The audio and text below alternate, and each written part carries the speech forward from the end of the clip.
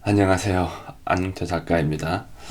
오늘 굉장히 재미있는 드라마가 하나 개봉했더라고요. 개봉이라는 표현은 좀 그런가? 네. 저는 넷플릭스를 굉장히 좀 즐겨보는데, 넷플릭스를 보니까 좀비 드라마가 하나 나왔더라고요. 그것도 우리나라에서 만든 아주 특이한 설정의 좀비 드라마가 나와서 이 부분에 대해서 좀 이야기를 해볼까 합니다. 저는 정말 재미있게 봤어요. 왜냐면 저는 원래 기본적으로 좀비를 정말로 좋아합니다. 저는 좀비 페인이라고 봐도 무방할 정도고, 좀비에 나가 나오는 모든 작품은 아무리 별로라더라도 웬만하면 전 재밌게 봐요. 자, 그래서 이번 시간에는 이 좀비 드라마 킹덤을 어떻게 하면 좀 더 재밌게 볼 수 있을까? 좀비 드라마란 또는 뭐 좀비란 뭐 무엇인가에 대해서 한번 이야기를 해볼까 해요. 간략하게 이야기할 거니까 그냥 재미삼아 보시면 될 겁니다. 이 좀비라고 하는 이 장르 영화가 만들어지게 된 이유? 그걸 먼저 이해하면 좋겠죠. 일단 좀비 영화를 최초로 만든 사람은 조지 로메로 감독이에요. 그 우리 여러분들 한 번쯤은 들어본 적이 있을 텐데, 살아있는 시체들의 밤. 요거를 못 들어봤다면 그래도 새벽의 저주라는 영화는 아실 텐데, 이 작품이 조지 로메로 감독의 과거 영화를 리메이크한 영화예요. 아무튼 조지 로메로 감독은 좀비 영화를 주로 만들었고, 좀비의 거의 아버지다라고 봐도 무방한 사람이죠. 이 사람은 좀비 영화를 공포 영화라는 관점으로 만들지는 않았어요.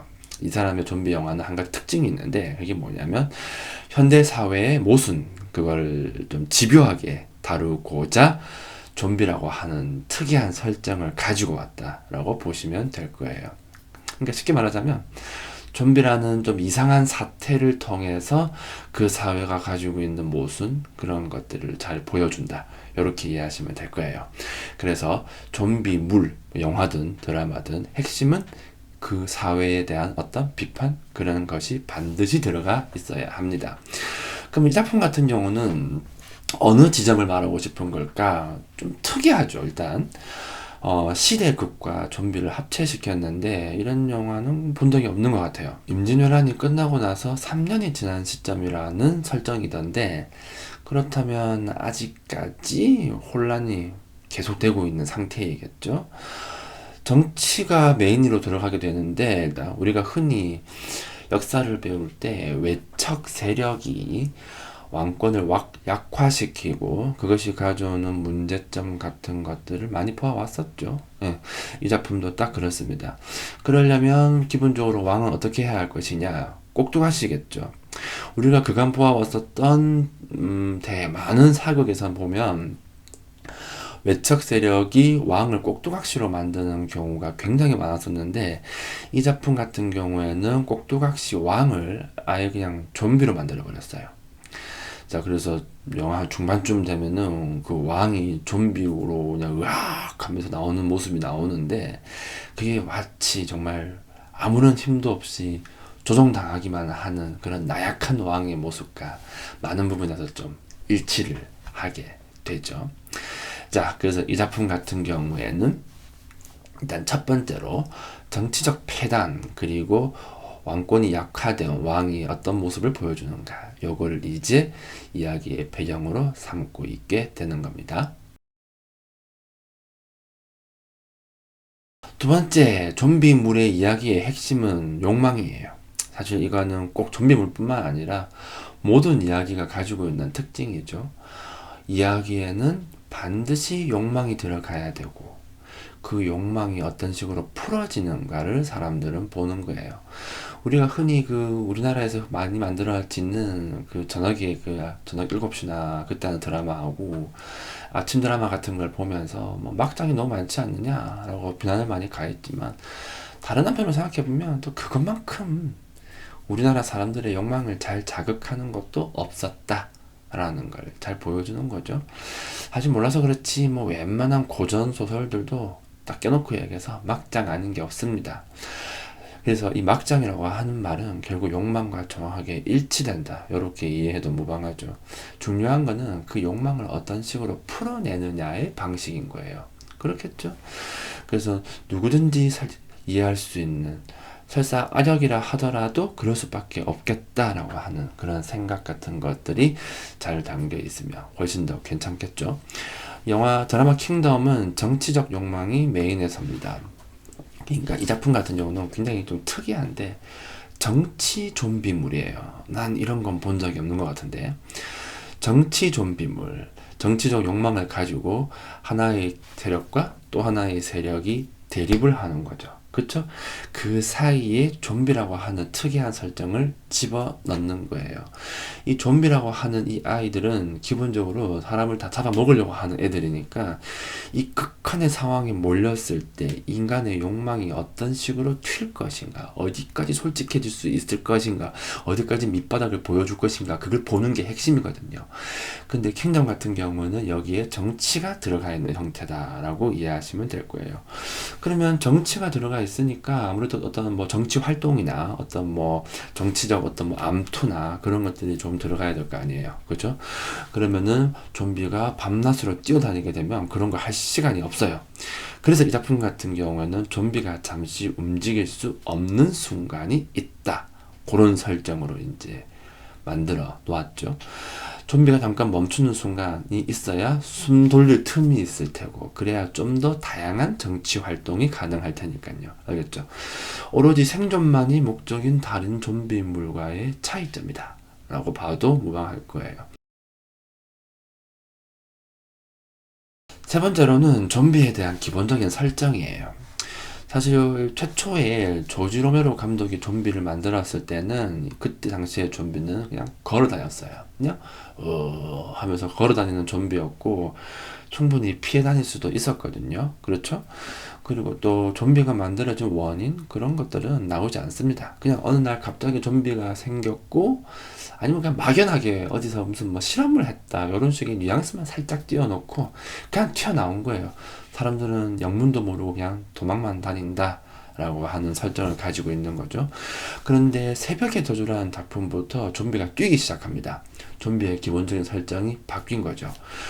좀비 팬들 사이에서는 뛰는 좀비와 걷는 좀비 사이에 또 호불호가 좀 많이 갈립니다. 왜냐면 뛰는 좀비는 너무 강력하기 때문에 사람들이 정말 살아남는 것 그 자체에만 급급하게 되거든요. 좀비가 좀 걸어줘야 그래야 인간의 다양한 욕망들이 드러날 수 있는데 뛰게 되면 욕망이고 뭐고 뭐 말할 여지가 없어요. 그냥 도망치다가 볼장 다 보는 거예요.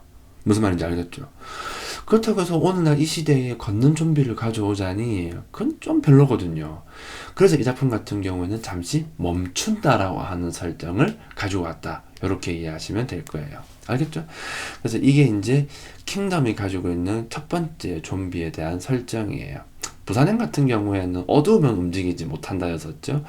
이 작품 같은 경우에는 초반에는 낮에는 못 움직이고 밤에만 움직인다라는 설정이었는데 막판에 바뀝니다. 자, 아무튼 다음 두 번째는 뭐냐? 물을 건너지 못합니다. 물속에 들어가면 완전 뭐 아무것도 한 바보가 되고요. 세 번째는 높은 곳에 오르지 못합니다. 그리고 네 번째는 불을 두려워한다. 이렇게 되어 있죠. 자, 움직이지 못하는 순간이 있고, 그 다음에 물과 불을 두려워하고 높은 곳에 못 간다라고 하는 설정을 좀비 사태를 처음에 경험하면서 하나 보여주는 거예요.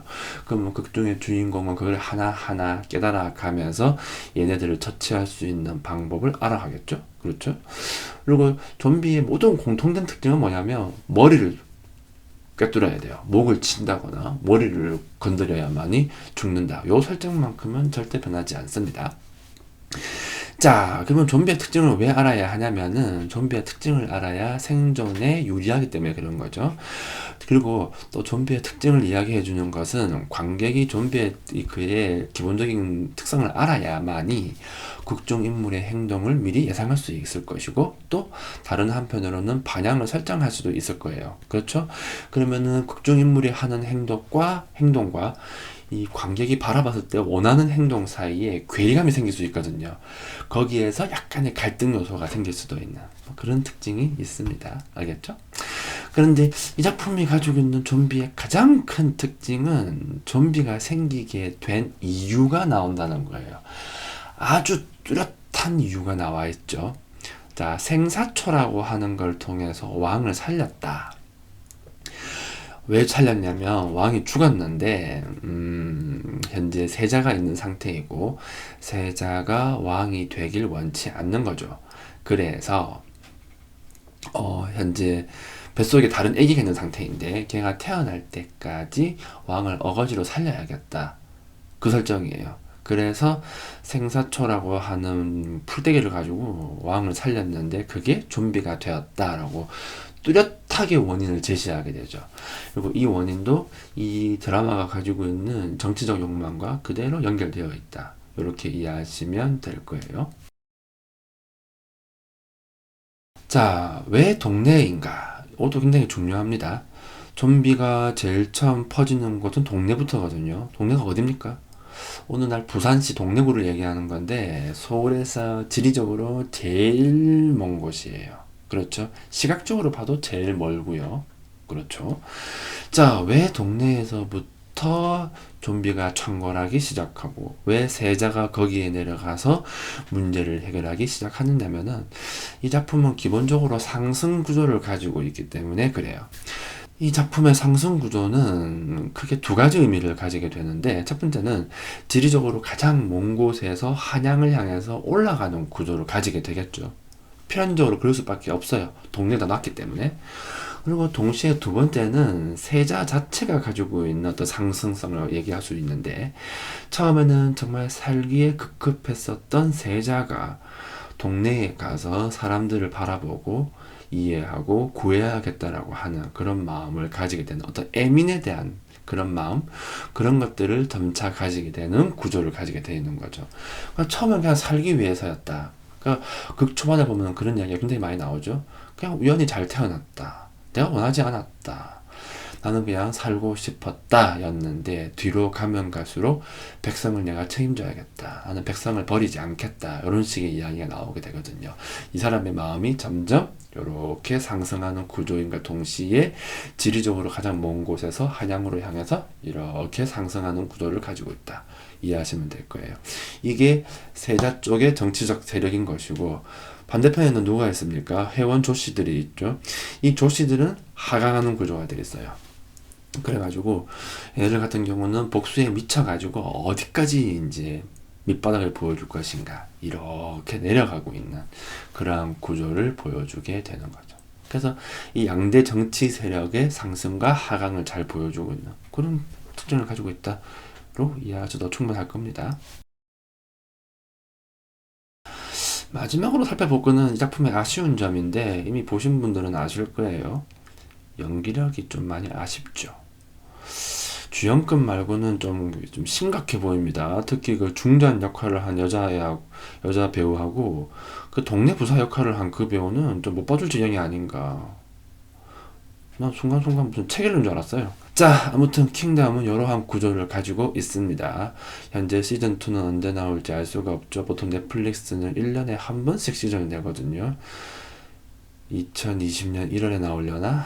그러면 너무 늦을 것 같긴 한데 자, 아무튼 그럼에도 불구하고 굉장히 재미있게 볼 수 있는 좀비 작품이 나오지 않았나. 또 더불어서 굉장히 특이한 형태의 좀비가 나오지 않았나. 그런 생각이 많이 듭니다. 하지만 좀 호불호가 갈리진 않을까 그런 생각도 좀 들기도 하네요. 자, 그럼 이렇게 해서 좀비 작품의 전반적인 특징과 이 작품이 가지고 있는 특징을 대략적으로 살펴보았습니다. 이런 부분을 잘 염두에 두시면서 드라마를 보시면 뭐 괜찮지 않을까 생각이 되네요. 자, 그러면 오늘은 여기까지 하겠습니다. 끝!